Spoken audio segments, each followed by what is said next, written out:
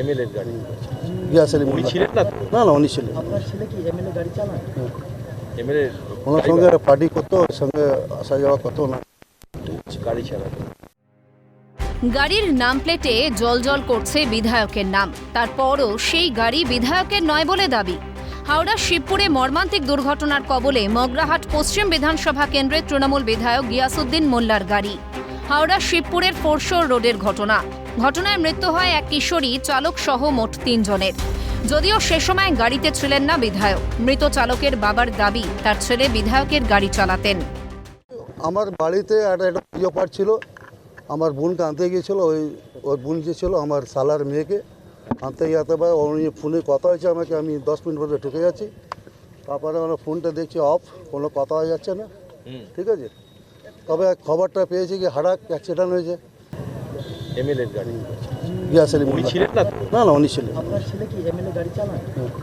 MLA ওনার সঙ্গে party করতো, ওর সঙ্গে আসা যাওয়া করতো না। গাড়ি চালাতো। কিন্তু দুর্ঘটনাগ্রস্ত গাড়ি তার নয় বলে দাবি বিধায়কের। আমার নামে পড়েছে, ও গাড়ি আমার নয় দাদা, বলছেন না? ওটা খোঁজ পুলিশকে বলেছি, খোঁজ দিতে বলেছি। ও গাড়ি আমার গাড়ি সব স্করপিও, বলছেন ওই গাড়ি আমার নয় কিভাবে? কিন্তু গাড়ির সামনে বোর্ডে তো আমার লেখা আছে, নাম লেখা আছে, দেখতে পাচ্ছি। হতে পারে দাদা, হতে পারে দাদা, আমি জানি না দাদা। চালক আমার ঘরে আছে, আমার কাছে আছে, চালক আমার নয়। হ্যাঁ হ্যাঁ, সব আমার বাড়িতে আছে। এদিকে শাসককে বিঁধেছেন কংগ্রেস নেতা সৌম্য আইচ রায়। বিধায়কের অনুপস্থিতিতে তারই বোর্ড লাগানো গাড়ি নিয়ে ব্যক্তিগত কাজে কিভাবে বেরিয়েছিল চালক, এই নিয়ে প্রশ্ন তুলেছেন কংগ্রেস নেতা। এখানে প্রমাণিত হচ্ছে যে ওনার নেম প্লেট ব্যবহার করা গাড়ি ওনার আত্মীয় স্বজনরা ব্যবহার করেন, বা ওনার পার্টির লোকেরা ওনার নেম প্লেট ব্যবহার করা গাড়ি পুরো পশ্চিমবঙ্গ জুড়ে নিয়ে ঘুরে বেড়াচ্ছেন অবৈধভাবে। এর দায় পুরো ওনাকেই নিতে হবে, এবং পশ্চিমবঙ্গ সরকারকেও নিতে হবে যে এইরকম একজনের গাড়ির নেম প্লেট সেটা একাধিক হয় কি করে, এবং এটা একটা বিরাট চক্রান্ত আছে। এর অবশ্যই করে ইনভেস্টিগেশন হওয়া উচিত।